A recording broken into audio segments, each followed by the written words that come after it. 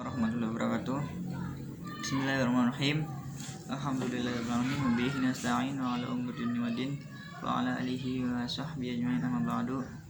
Perkenalkan, nama saya Saul Arifin. Saya dari Prodi PGSD Pendidikan Guru Sekolah Dasar. Saya semester 3. Di sini saya akan menjelaskan tentang pelaksanaan HAM di Indonesia. Apa sih pelaksanaan HAM di Indonesia itu bagaimana gitu kan. Nah, sebelum kita mengetahui pelaksanaan HAM di Indonesia itu bagaimana, perlu kita ketahui dulu apa itu HAM gitu kan. Nah, apa itu HAM ya? Nah, singkatan dari HAM itu tersendiri itu ialah hak asasi manusia.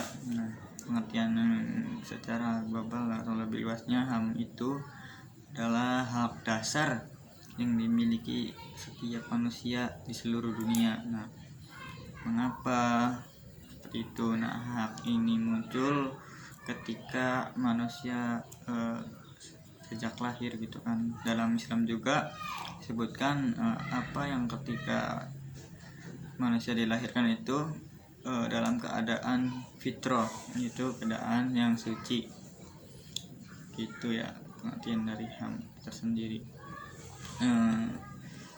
Lanjut pelaksanaan HAM di Indonesia ya. Nah, dalam pelaksanaan HAM di Indonesia itu sendiri, Indonesia kan negara yang berlandaskan hukum gitu kan.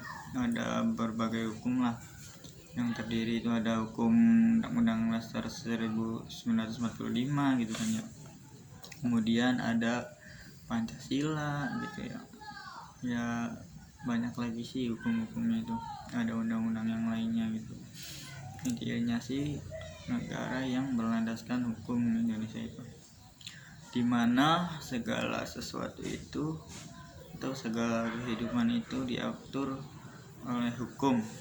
Nah, dalam HAM itu sendiri, negara memiliki pesan sebagai atau memiliki apa ya, intinya sih memiliki peran lah ya, bukan pesannya, peran ya, sebagai tokoh utama gitu dalam menegakkan hukum.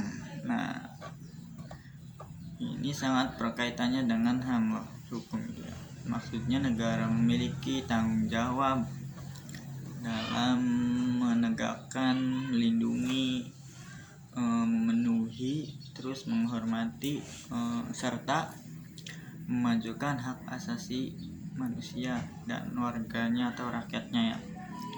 Walaupun demikian, faktanya itu pelaksanaan HAM yang di Indonesia itu kan masih jauh dari kata ideal. Dalam artian itu jauh dari kata sempurna ya. Nah, tujuan dan cita-cita utama pelaksanaan HAM itu ya Indonesia ya keadilan bagi seluruh Indonesia gitu kan. Dalam artian demokratis, negara yang demokratis, dasar hukum yang demokratis, keadilan sosial bagi seluruh Indonesia. Namun masih saja sering terjadi pelanggaran HAM yang dilakukan oleh masyarakat, bahkan pejabat negara juga loh. Jangan salah ya, malahan pejabat itu lebih besar lah pelanggaran HAM-nya itu. Nah, gimana berat besarnya pada warganya itu?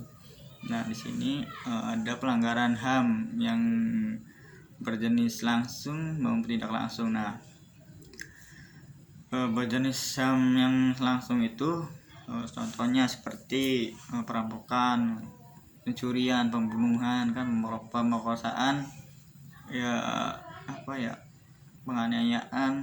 Nah, itu tuh pelanggaran HAM yang jenisnya langsung. Kemudian para pejabat ini yang sering melakukan pelanggaran HAM yang secara tidak langsung. Yang dinamakan tidak secara tidak langsung itu ya tidak diketahui lah. Gitu. Seperti apa? Seperti korupsi. Nah, tidak diketahui kan, tidak tahu. Nah, kemudian penyalahgunaan atau kesewenang-wenangan itu. sewenang-wenang dalam struktur suatu struktur gitu, struktur maupun struktur negara atau struktur yang lainnya gitu, dalam kepemimpinan oknum-oknum tersebut gitu kan, sewenang-wenangnya. Kemudian ketidakadilan terhadap rakyat ya banyak sih ya ketidakadilan, termasuknya juga kesewenang-wenangan juga ya. Nah itu yang tidak terlihat secara langsung, maksudnya itu tidak secara langsung lah, tapi itu sangat menyakitkan ya. Maka dari itu di sini dapat ditarik kesimpulan bahwa negara Indonesia itu belum sempurna dalam menegakkan HAM, yaitu hak asasi manusianya loh.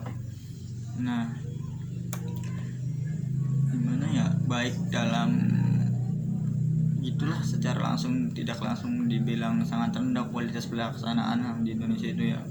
Sudah seharusnya gitu untuk menciptakan HAM di Indonesia dengan sebaik-baiknya, tokoh utama HAM Indonesia yaitu pemerintah lah. Kan paling teratas itu pemenang pemerintah di negeri ini tuh ya. Ya otomatis yang paling itu ya tokoh utamanya itu pemerintah. Sudah seharusnya melaksanakan kewajiban dan tanggung jawabnya pemerintah itu terhadap HAM seperti yang tertuang dalam pembukaan 1945, bahwa yang pertama itu melindungi segenap bangsa Indonesia pada alinea keempat ya. Yang keduanya melindungi seluruh tumpah darah Indonesia. Yang ketiganya memajukan kesejahteraan umum. Dan yang keempatnya mencerdaskan kehidupan bangsa. Nah, dan yang terakhirnya ikut melaksanakan ketertiban dunia yang berdasarkan kemerdekaan. Nah, kemerdekaan itu ya tidak tercangkup gitu ya, dalam artian tuh merdeka bebas ya, kemudian perdamaian abadi, menyeluruh, dan keadilan sosial.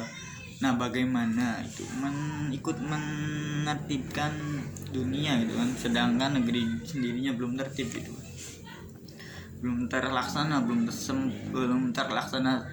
keseluruhan atau belum sempurna gitu ya. Sehingga ya dapat dipastikan apabila negara menjalankan tanggung jawabnya, maka HAM di seluruh elemen, baik itu elemen daerah, pedesaan gitu kan ya, elemen-elemen pemerintahan gitu, masyarakat atau elemen masyarakat juga ya, termasuk dan daerah, desa-desa, gubernur kan, dapat dipastikan berjalan sempurna gitu. Ketika atasannya juga sempurna, insya Allah bawahan juga sempurna gitu kan. Ketika atasannya baik-baik saja, ketika di atasnya baik-baik saja, di bawahnya juga insya Allah kan akan sempurna. Nah, dapat disimpulkan bahwa negeri Indonesia ini dalam melaksanakan HAM-nya belum belum ada kesempurnaan gitu, belum ideal gitu, karena tidak sesuai dengan hukum itu kan, tidak sesuai Undang-Undang 1945, tidak sesuai Pancasila, dan tidak seluruhnya demokratis gitu kan ya.